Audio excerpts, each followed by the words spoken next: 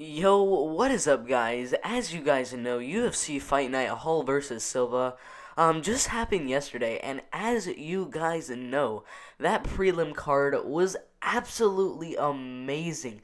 Now there was 6 fights on the prelims, and guess what? 5 out of those 6 fights ended as a finish, with the only unanimous decision or decision in that whole prelim was from Sean Strickland against Jack Marshman. But come on, Jack Marshman is not going to go down and get knocked out or submitted like that against Sean Strickland. That fight went all the way, but look at all those other ones. Miles Johns, a KO uppercut over Kevin Natividad. Dustin Jacoby gets a leg kick TKO over Justin Ledet. Jason Witt gets a submission from an arm triangle choke after absolutely battering Cole Williams on the ground. As I said, Sean Strickland got that decision over Jack Marshman. Adrian Giannis got a head kick KO over Victor Rodriguez as he was backing away from the cage. He just whacked him right in the face with a nice head kick. That was absolutely amazing. And then for the last fight on the prelims, as you guys know, Alexander Hernandez, absolutely amazing. 1 minute 46 seconds into the very first round, knocks out Chris Gruetzmacher. Absolutely amazing performance from all those prelim fighters. Now, if you look on the main card, we have Thiago Santos, and he gets a unanimous decision over Bobby Green. That one is a little bit controversial. A lot of people thought Bobby Green won that one. It was a pretty exciting fight. A lot of almost submissions for Thiago Moises. Didn't land any. Bobby Green was doing very good on the feet. The next fight we had was Kevin Holland, Charlie Ontiveros. It was another finish, but it wasn't like the ones that we saw on the prelims. I mean, Kevin Holland literally slammed Charlie Ontiveros, and I don't even know. He like paralyzed him or something. I don't even know what happened. But the next fight after that was Greg Hardy, Maurice Green. Absolutely amazing. Greg Hardy just jabs Maurice Green in the face, knocks him down, and just starts raining down with the ground and pound and knocks Maurice Green out. The next fight was pretty good. It was a unanimous decision win for Bryce Mitchell. A lot of people think he's undefeated. The UFC has him at 14-1 because they think his loss to Brad Katana on the Ultimate Fighter counts as a loss. On Tapology, it says he's 14-0. So who knows? It's your pick if he's undefeated or not. But right now he stayed undefeated, or he stayed with that 14-1 record against Andre Fili with a nice unanimous decision victory. Very, very dominant with those camo shorts. And in the main event, as you guys know, Anderson Silva, I'm pretty sure, won the first and the second round. The third round obviously went to Uriah Hall, as at the end of the round, Uriah Hall landed a very good shot that knocked down Anderson Silva, but that was with 15 seconds left in the round. Uriah Hall started raining down a little bit, caught Anderson Silva with his ground and pound a little bit in the end of that third round, but Herb Dean waited, and let the round go, and in the fourth round, Uriah Hall obviously got that fourth round knockout over Anderson Silva. Very good card, I have to say. If you look at all the finishes that were on this card, 1, 2, 3, 4, 5, 6, 7, 8 out of the 11 fights or finishes. Absolutely amazing. Now, with all those finishes, it's hard to decide who's going to get that performance of the night. So Dana actually ended up giving 4 people performances of the night. Obviously, we have Miles Johns getting that $50,000 bonus against Kevin Natividad.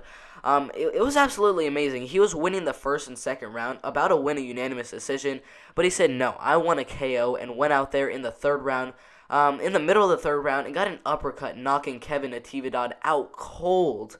And then we have Adrian Giannis versus Victor Rodriguez. It's hard not to give him the $50,000 as well for the performance of the night, as he had a head kick KO over Victor Rodriguez.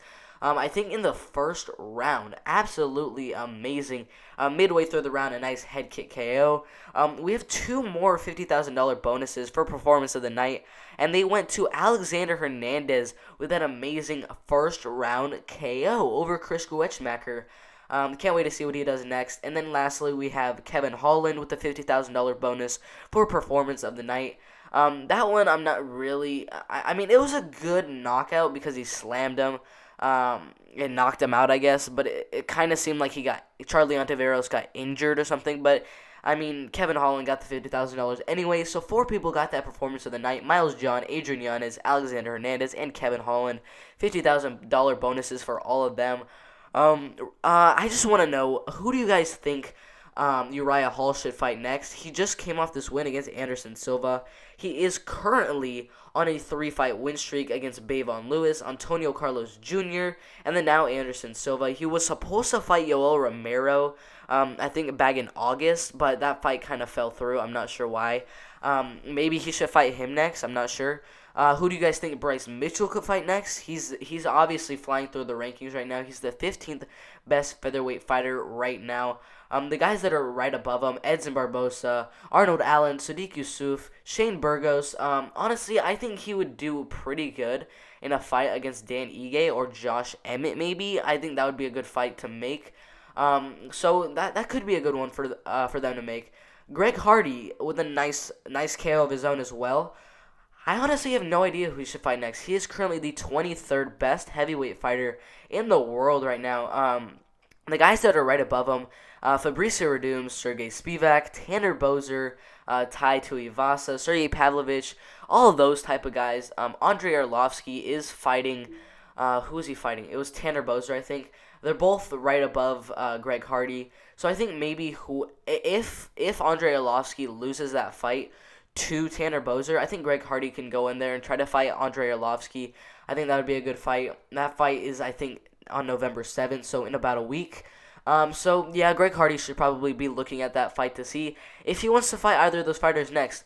And if he wants to fight Tai Tuivasa, he just had a nice TKO over Stephen Struve. There's a lot of options for all of these guys. Kevin Holland, 20-5. That is an amazing record. He is on a streak in 2020.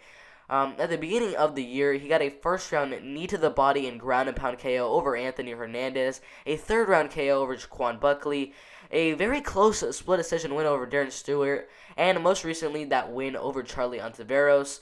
I'm honestly really curious to see who he fights next. He is the 18th best middleweight in the world. I'm pretty sure he should get a top 15 guy next. Chris Weidman just beat Omari Akhmedov. He might be able to fight Omari Akhmedov next. And Edmund Shabazian just lost a fight to Derek Brunson. Kevin Holland could fight Edmund Shabazian in a co-main event or something. There's a lot of options for these guys. A lot of good fights. Thiago Moises, I honestly don't really care because I thought he lost that fight.